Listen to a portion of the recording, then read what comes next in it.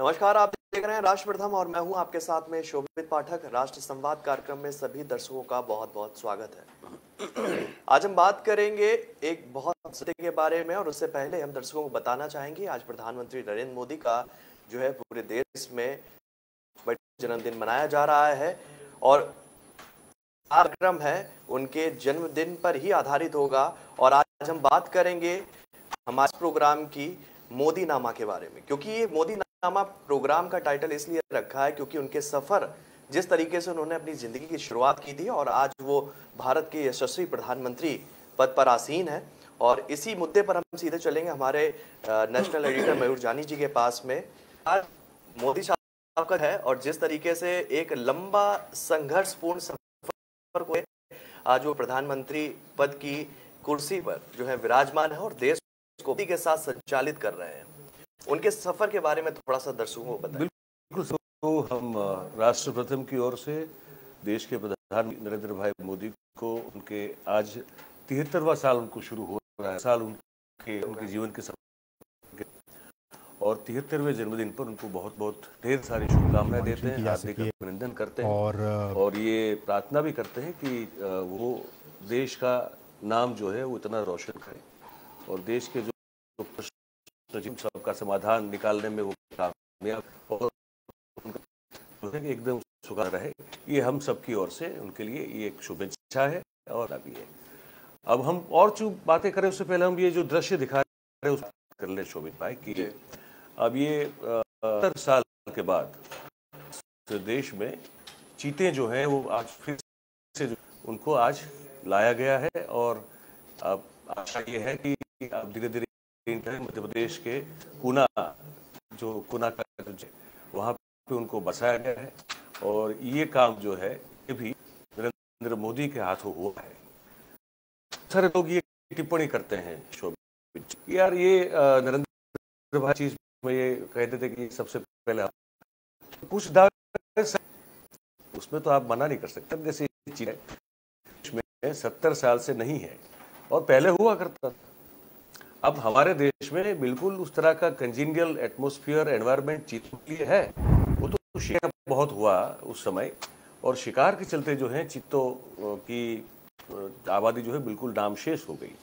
Otherwise ऐसा तो कुछ है नहीं कि अगर लेपर्ड जो है वो रह सकता है तो चीता पनप सकता है। शेर है दुनिया में एक दो ही जगह शेर है, एक अफ्रीका में है और एक हिंदुस्तान में है, सौराष्ट्र में, तो ये भी रह सकता था। तो ये अफसोस की बात मोदीनामा में जब जो बातें करने वाले हैं इसका एक अभी एक बहुत प्रमुख उदाहरण अभी आपके सामने प्रस्तुत है कि वो कोई भी प्रधानमंत्री इस बारे में सोच सकता था। तो प्रधानमंत्री छोड़िए, देश का कोई कैबिनेट मंत्री अगर जो वन और पर्यावरण मंत्री जो भी रहे हैं आज देश में, वो भी तो सोच सकते थे कि यार फिर से चीतों को इस देश में फिर से क्यों ना बसाया जाए, क्यों ना उनकी भी जो है यहाँ पे उनका क्यूरेटिंग किया जाए और किया जाए, ताकि इस देश में इतना वैविध्यपूर्ण जंगल और आबोहवा है कि हर एक प्राणी के लिए अब यहाँ हाथी भी आपको मिलेंगे, आपको गैंडे भी मिलते हैं, ठीक है। जिराफ के अलावा एक जिराफ नहीं है हमारा वहाँ पे। अगर हम वन्य जीवों की बात करें, जिराफ और जेबरा दो ऐसे जो हमारे यहाँ नहीं मिलते हैं क्योंकि उनकी एक फिर वो बड़ा एक उनको उस तरह का खुला सपाट मैदानी इलाका बहुत लंबे स्क्वायर किलोमीटर में जहाँ पे बड़ी ऊंची ऊंची घास जो है वो उनको सुरक्षित करती है। इसके अलावा छोड़िए इन दोनों को छोड़ दी तो हर चीज़ हमारे पास हर प्रकार के वन्य हमारे देश में देखने को मिलते हैं, ठीक है। तो ये किसी और को भी सोच होनी चाहिए थी पर वो नहीं हुई और नरेंद्र भाई ने ये काम किया है कि मैं या हम लेके आए हैं तो आप उस पर टिप्पणी नहीं कर सकते ना, टिक्का नहीं कर सकते। तो मुझे लगता है कि ये एक नई शुरुआत है। चीते अभी आए हैं तो इनको हम आशा करते हैं और है कि बिल्कुल उनको अच्छी तरह से उनकी देखभाल की जाएगी, नर्चर किया जाएगा और इनकी आबादी जो है धीरे धीरे वो फिर से देश में बढ़ने लगेगी। ये विश्वास हम अभी और उदाहरण देने लायक एक कार्य जो है वो आज प्रधानमंत्री ने अपने जन्मदिन पर किया है और उससे पहले भी वो 3 दिन तक जो है वो में होकर आए हैं एससीओ की बैठक में, शांघाई सहयोग उसको कहते हैं, वहाँ भी जो की कूटनीति को आगे रखते हुए उन्होंने जिस तरह से की है और बातें रखी हैं, तो कच्चे का जो व्यापार है उसमें भी हमारी जो ज़रूरत है, खपत है, उसको लेकर भी बहुत निर्णय उस बैठक में हुए हैं। तो ये और हम अब मोदीनामा जो है उस पर आगे बढ़ सकते हैं। आप सवाल पूछिए तो मैं बिल्कुल बताता रहूँगा कि क्या क्या हम कह सकते हैं इसके बारे में। बिल्कुल, हम बात करते हैं और शुरुआत कर प्रोग्राम मोदीनामा की। मेरा ये पूछना तरीके से नरेंद्र मोदी साहब की जीवन की शुरुआत संघर्षपूर्ण रहा। गुजरात के वडोदरा से उन्होंने वडनगर से उन्होंने और उनका जन्म जो है 17 सितंबर 1955 जो है वो हुआ था। और उसके बाद में जिस तरीके से उनके जीवन बढ़ाव का क्रम लग गया, यहाँ तक कि एक बार बताते हैं कि सन्यासी जीवन करने के लिए जो है कदम उठाया था, लेकिन देश जैसा बताया जा रहा है कि वापस जो भाव है उनके अंदर जागृत हुआ और वापस वो देश सेवा के लिए जो है फिर निकल पड़े। तो शुरुआत कहाँ से होती है और क्या क्या संघर्ष है, वो क्या क्या हुए उनके जीवन में? देखिए, मैं खुद गुजरात से हूँ जी, और मेरा कब एक अरसे तक जो ये कह सकते हैं कि भी स्वयं सेवक रह चुका हूँ संघ का, और भारतीय के साथ भी एक समय तक जब युवा अवस्था में था मैं जुड़ा रहा था। तो हमारे लिए जो है ये और आसान बन जाता है उनके बारे में जानना या जानकारी करना, या फिर जब पत्रकार बने तो फिर हम जब बने तब तो ये मुख्यमंत्री नहीं थे, हम तो 1998 की बात कर रहे हैं। तो तब तो भेज दिया गया था यहाँ दिल्ली, हिमाचल, पंजाब और उसके प्रभारी बनाकर, और उस समय ये चल रहा था इनका, यशु भाई संजय भाई के बीच में और इनके बीच में एक मनमेल नहीं था, तो उनको बाहर भेज दिया गया था। पर हमने उनके गांव में भी हम गए हैं, उनके आसपास उनके परिचित लोगों से भी हमने बातचीत की हुई है। और एक चीज़ बड़े दावे से कह सकते हैं कि नरेंद्र मोदी जो है वो नंबर वन पहला बिंदु अगर कहें तो अपने बचपन से बहुत ही महत्वाकांक्षी व्यक्ति रहे हैं। और उन्होंने हमेशा आसमान को छूने की चाहत रखी है, और उनके अपने खुद के जो भी सपने हैं, जो भी एम्बिशन है, जो भी महत्वाकांक्षा है, उसको पूरा करने के लिए उन्होंने जी जान लगा दी है। ये कहते हैं कि ये मुश्किल से 3-4 घंटा सोते हैं, तो इस बात के बहुत सारे लोगों ने प्रमाण दिए कि हाँ बहुत कम सोते हैं, लेकिन साथ में वो ये भी कहते हैं कि उनका जो काम करने का तरीका है वो तरीका पहले से ही बहुत सुनियोजित रूप से वो अपने जीवन को आगे बढ़ाते रहे हैं, चाहे परिस्थिति उनके पक्ष में हो या उनके विपरीत हो। तो बचपन में तो बहुत सारी कहानियां लोगों ने सुनी है कि कैसे उनका संघर्ष में बचपन रहा, बहुत कम आय रहती थी उनके पिताजी की, और ये 4 भाई और बहनें थे, और तो वो तो रहा ही रहा, बिल्कुल वो सच बात है। पहले से ये भी कहा जाता है, बहुत सारे किस्से हैं कि हिम्मतवान और निडर भी हुआ करते थे। उनकी जो असली कहानी है शोभित भाई, वो शुरू होती है जब वो वडनगर छोड़ के फिर वो अहमदाबाद आए, अर्ली 70s की बात कर रहे हैं। और वहाँ कुछ उनके रिश्तेदार थे, वो ये कहा जाता है कि उस रिश्तेदार की एक कैंटीन का कॉन्ट्रैक्ट हुआ करता था। अहमदाबाद का जो उस समय का मुख्य बस मथक हुआ करता था, एसटी बस स्टेशन जिसको कहते हैं, जहाँ सरकारी बसें जो हैं वो आवागमन करती हैं। तो उस जगह पे उनके कॉन्ट्रैक्ट था कैंटीन का, और उसको संभालने का काम जो है वो नरेंद्र भाई को दिया गया था। उस समय के दौरान शायद कुछ 2.5-3 साल का समय रहा होगा, और उसके दौरान वो राष्ट्रीय स्वयंसेवक संघ के अच्छी तरह से हुए, और वडनगर में उसका पथक हुआ करता तो अहमदाबाद करते तो वहाँ से वो काफ़ी प्रभावित होने, फिर जो कालीन रूप से स्वयंसेवक के तौर पर अपना जीवन जो है वो समर्पित फैसला लिया। ये हमको याद जाता है जब पूछते हैं वहाँ पे। और उस समय तो पार्टी के तौर पर जनसंघ था, और ये संस्था जो थी वो राष्ट्रीय स्वयंसेवक थी। तो उन्होंने अपने आप को जोड़ने लगे, हेडक्वार्टर भवन में रहने लगे, और वहाँ बहुत सा मामला संघ का उस समय होता था। तो उन्होंने अपने कैरेक्टर बिल्डिंग की शुरुआत की और उस दौरान इमरजेंसी जो है लागू हुई और इमरजेंसी में उनको एक खबर दी गई को जो है रह कर बहुत विधियां सरा और जो अधिकारी थे उनके लिए और उनके सहयोग के लिए करनी थी, तो वो भी बहुत सारी फोटोग्राफ हम देखते हैं कि कभी सर जी का वेश धारण किया, कभी तो वो सब वो करते रहे। उसके बाद उनको जो है प्रचारक का जिम्मा मिला संघ में।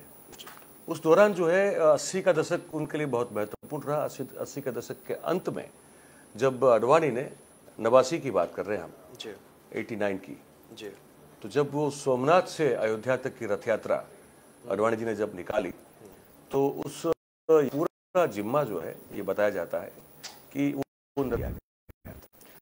जो यात्रा की सफल हुई, देश में बहुत बड़ा हिंदू जन जागरण, आस्था और धर्म पर की श्रद्धा को लेकर जो है एक बहुत की एक राजनीतिक बात देश में, और उसके जो कुछ महत्व थे उस सूचना के पीछे उसको सफल बनाने के लिए उस पूरी को भी, तो उसमें एक नरेंद्र भाई का नाम भी बिल्कुल आता है और वहीं से वो अडवाणी जी के बहुत करीब हुए जी। और फिर आपको पता होगा कि वो एक उस समय भी एक तिरंगा यात्रा थी कश्मीर के लाल चौक में जो है वो एक झंडा तिरंगा फहराना था, उस पर भी कोई याद किया। तो संघर्ष तो हमेशा वो करते रहे। वो कभी भी उनका ये सबसे बड़ा एक प्रमुख उनके स्वभाव का जो एक चरित्र का उनका एक जो एक बिंदु है वो ये है कि वो जब ठानते हैं फिर उस निर्णय का विरोध कितना भी क्यों ना हो, अगर वो ठान लेते हैं तो फिर वो उसको करते हैं। और कैसी भी स्थितियां आए, किसी भी व्यक्ति या संस्था या विचारधारा से लड़ना क्यों ना पड़े, पर उसमें वो कभी पीछे नहीं हटते हैं। और इसके बहुत सारे उदाहरण आपने जब से प्रधानमंत्री बने हैं तब से आपने 2-3 उदाहरण तो ऐसे देखे हैं कि एक 2 बार ऐसा हुआ है कि जहां उनको फिर अपने निर्णय को कहीं ना कहीं सुधारना पड़ा। सबसे पहला जब वो आए थे, पहली बार प्रधानमंत्री बने थे, तब उन्होंने जो है जमीन अधिग्रहण कानून में जो एक बदलाव किया था उसको लेकर किसान सब जो है वो देश के यहाँ पे आ गए थे, दिल्ली में वोट पड़े थे और उसको तुरंत तत्काल असर से उनको जो है उन्होंने वापस किया था। और फिर पिछले साल तक जो किसान आंदोलन चला, MSP से लेके जो तीन कानून में बदलाव हुए थे उसको लेकर जो किसानों में गुस्सा था, 1 साल तक चला और आखिरकार उनको लगा कि अब इसमें अभी थोड़ा जो है झुकना ज़रूरी है, तो फिर उन्होंने पब्लिकली इसको एक्सेप्ट किया। अदरवाइज आपको इनके जीवन में ऐसे शायद ही कोई किस्से नज़र आएंगे जहाँ पे वो विरोधियों की या प्रतिद्वंदियों की कोई भी उनके द्वारा किए गए कोई किसी भी तरह के आक्रमण, प्रहार, हमले या आरोप से वो कभी अपने निर्णय को बदलते नहीं है। ये इनका एक है। अब इसके प्लस पॉइंट्स भी बहुत सारे हैं, इसके माइनस पॉइंट्स भी बहुत सारे हैं, लेकिन व्यक्ति जो है वो खूबी और खामी का एक पुतला होता है, उसी से बना होता है। तो वो नरेंद्र भाई भी हैं। उसके बाद फिर जब वो गुजरात यह दिल्ली में थे और आपको बताऊं कि 95 में जब पहली बार गुजरात में भारतीय जनता पार्टी की अपने दम पर सरकार बनी, तो वो तो बहुत सारे, उस समय मैं जर्नलिज्म में नहीं था, लेकिन क्योंकि मैं पार्टी पॉलिटिक्स और यूथ पॉलिटिक्स से जुड़ा हुआ था तो बहुत सारी चीज़ें समझ में आती थी कि क्या हो रहा है क्या नहीं हो रहा है। और उस समय नरेंद्र भाई जो है वो भारतीय जनता पार्टी प्रदेश के, गुजरात प्रदेश के महामंत्री, जनरल सेक्रेटरी हुआ करते थे। और फिर वो आप देखिए कि शंकर सिंह वाघेला और केशु भाई के बीच में अनबन होना। मेरे पास दोनों के इंटरव्यू है, मेरे पास, हम कभी भी सुना सकते हैं दर्शकों को, उस समय के मैंने लिए हुए हैं। दोनों का ये मानना है कि हमारे बीच तो कोई तकलीफ नहीं थी, लेकिन ये जो गड़बड़ पैदा की वो नरेंद्र भाई की कूटनीति की वजह से हुई। अब देखिए, शंकर सिंह वाघेला ब्लेम कर सकते हैं कि ये नरेंद्र भाई की वजह से हुआ, केशु भाई पटेल ये ब्लेम कर सकते हैं कि ये नरेंद्र भाई की वजह से हुआ, लेकिन अब राजनीतिक जानकार ये मानते हैं हमेशा कि किसी की वजह से कुछ हो जाए तो इसका मतलब ये है कि आप कमज़ोर हैं। अगर आप कोई कूटनीति का इस्तेमाल करते हैं और मैं इसका शिकार बन जाता हूं तो कमजोरी मेरी है, आपकी गलती नहीं है, ये राजनीति कहती है। ठीक है, तो इसमें एक नए प्रकार की राजनीति की शुरुआत इस देश में नरेंद्र भाई के आने से हुई, जहां हर चीज जायज है।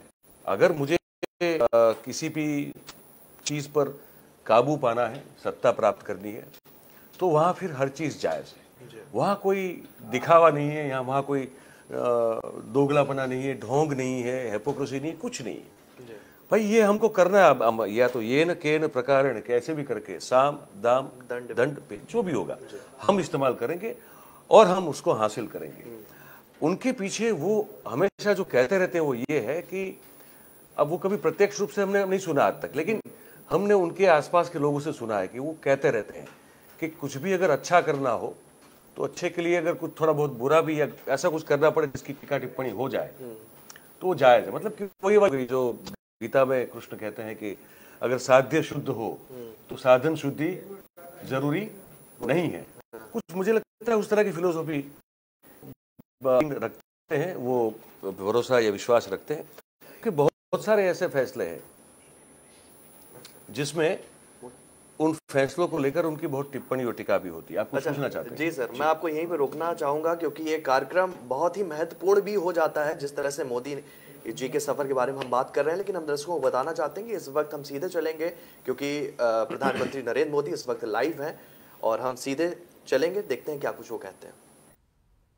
हमारे वैज्ञानिकों ने लंबी रिसर्च की, साउथ अफ्रीकन और नामीबियाई एक्सपर्ट के साथ मिलकर काम किया।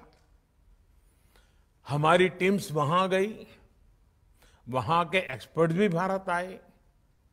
पूरे देश में चीतों के लिए सबसे उपयुक्त क्षेत्र के लिए वैज्ञानिक सर्वे किए गए और तब कूनो नेशनल पार्क को इस शुरुआत के लिए चुना गया। और आज हमारी वो मेहनत परिणाम के रूप में हमारे सामने है। साथियों, ये बात सही है कि जब प्रकृति और पर्यावरण का संरक्षण होता है तो हमारा भविष्य भी सुरक्षित होता है, विकास और समृद्धि के रास्ते भी खुलते हैं। कूनो नेशनल पार्क में जब चीता फिर से दौड़ेंगे तो यहां का ग्रासलैंड इकोसिस्टम फिर से रिस्टोर होगा, बायोडायवर्सिटी और बढ़ेगी। आने वाले दिनों में यहां इको टूरिज्म भी बढ़ेगा, यहां विकास की नई संभावनाएं जन्म लेगी, रोजगार के अवसर बढ़ेंगे। लेकिन साथियों, मैं आज आपसे सभी देशवासियों से एक आग्रह भी करना चाहता हूं। कूनो नेशनल पार्क में छोड़े गए चीतों को देखने के लिए देशवासियों को कुछ महीने का धैर्य दिखाना होगा, इंतजार करना होगा, सहयोग करना होगा। आज ये चीते मेहमान बनकर आए हैं, इस क्षेत्र से अनजान है। कूनो नेशनल पार्क को ये चीते अपना घर बना पाए, इसके लिए हमें इन चीतों को भी कुछ महीने का समय देना होगा। अंतर्राष्ट्रीय गाइडलाइंस पर चलते हुए भारत इन चीतों को बसाने की पूरी कोशिश कर रहा है। हमें अपने प्रयासों को विफल नहीं होने देना है। साथियों, दुनिया आज जब प्रकृति और पर्यावरण की ओर देखती है तो सस्टेनेबल डेवलपमेंट की बात करती है, लेकिन प्रकृति और पर्यावरण, पशु और पक्षी भारत के लिए एक केवल सस्टेनेबिलिटी और सिक्योरिटी के विषय ही सिर्फ है ऐसा नहीं है। हमारे लिए ये हमारी सेंसिबिलिटी और स्पिरिचुअलिटी का भी आधार है। हम वो लोग हैं जिनका सांस्कृतिक अस्तित्व सर्वम खलविदम ब्रह्म इस मंत्र पर टिका हुआ, अर्थात संसार में पशु पक्षी पेड़ पौधे जड़ चेतन जो कुछ भी है वो ईश्वर का ही स्वरूप है, हमारा अपना ही विस्तार है। हम वो लोग हैं कहते हैं परम परोपकारार्थम यो जीवति सह जीवति, अर्थात खुद के फायदे को ध्यान में रख करके जीना वास्तविक जीवन नहीं है। वास्तविक जीवन वो जीता है जो परोपकार के लिए जीता है। हम जब खुद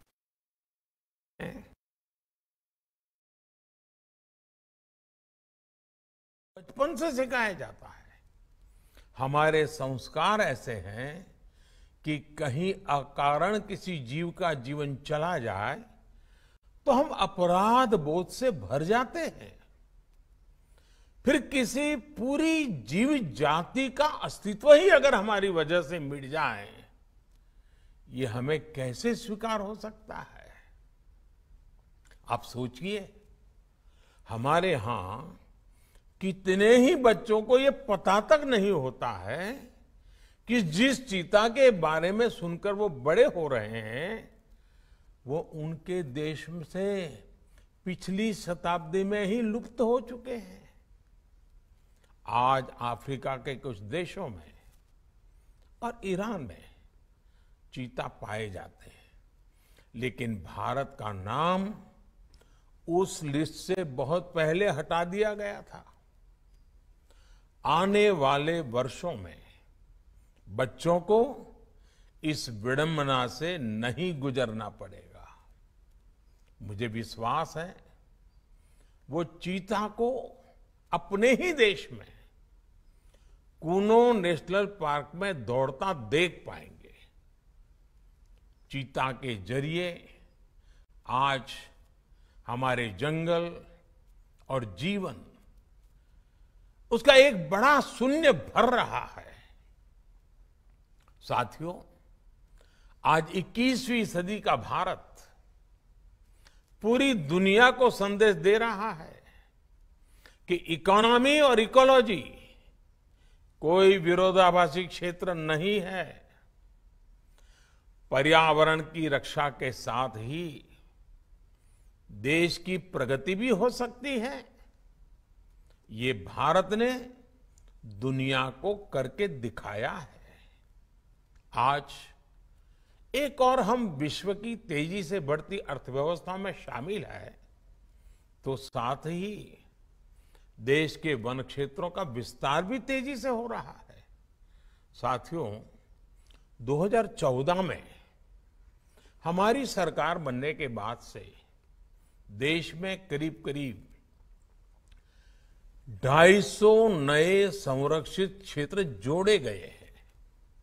हमारे यहां एशियाई शेरों की संख्या में भी बड़ा इजाफा हुआ है। आज गुजरात देश में एशियाई शेरों का बड़ा क्षेत्र बनकर उभरा है। इसके पीछे दशकों की मेहनत, रिसर्च बेस्ड पॉलिसीज और जन भागीदारी की बड़ी भूमिका है। मुझे याद है हमने गुजरात में एक संकल्प लिया था, हम जंगली जीवों के लिए सम्मान बढ़ाएंगे और संघर्ष घटाएंगे। आज उस सोच का प्रभाव परिणाम के रूप में हमारे सामने है। देश में भी टाइगर्स की संख्या को दोगुना करने का जो लक्ष्य तय किया गया था, हमने उसे समय से पहले हासिल किया है। असम में एक समय एक सींग वाले गैंडों का अस्तित्व खतरे में पड़ने लगा था, लेकिन आज उनकी भी संख्या में वृद्धि हुई है। हाथियों की संख्या भी पिछले वर्षों में बढ़कर 30,000 से ज्यादा हो गई है। भाई और बहनों, देश में प्रकृति और पर्यावरण के दृष्टिकोण से जो एक और बड़ा काम हुआ है वो है वेटलैंड का विस्तार। भारत ही नहीं, पूरी दुनिया में करोड़ों लोगों का जीवन और उनकी जरूरतें वेटलैंड इकोलॉजी पर निर्भर करती हैं। आज देश में 75 वेटलैंड्स को रामसर साइट्स के रूप में घोषित किया गया है, जिनमें 26 साइट्स पिछले 4 वर्षों में ही जोड़ी गई हैं। देश के इन प्रयासों का प्रभाव आने वाली सदियों तक दिखेगा और प्रगति के नए पथ प्रशस्त करेगा।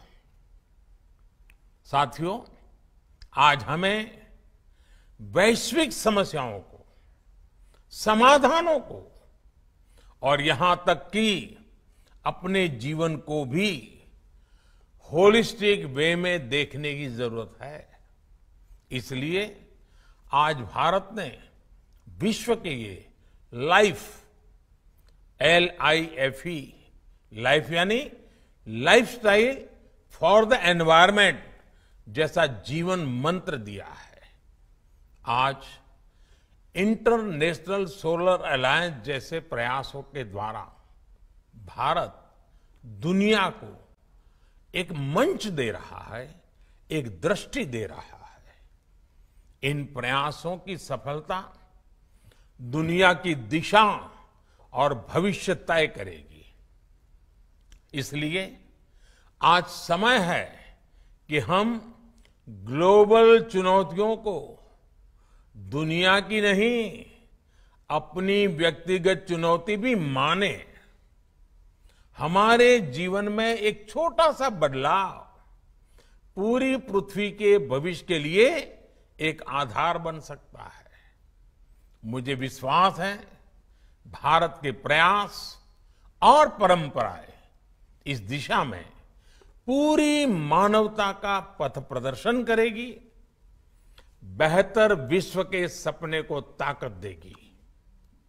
इसी विश्वास के साथ आप सभी को इस मूल्यवान समय पर, ऐतिहासिक समय पर बहुत बहुत धन्यवाद देता हूं, बहुत बहुत बधाई देता हूं। बोल धरती जयकारा, गगन है सारा गूंज।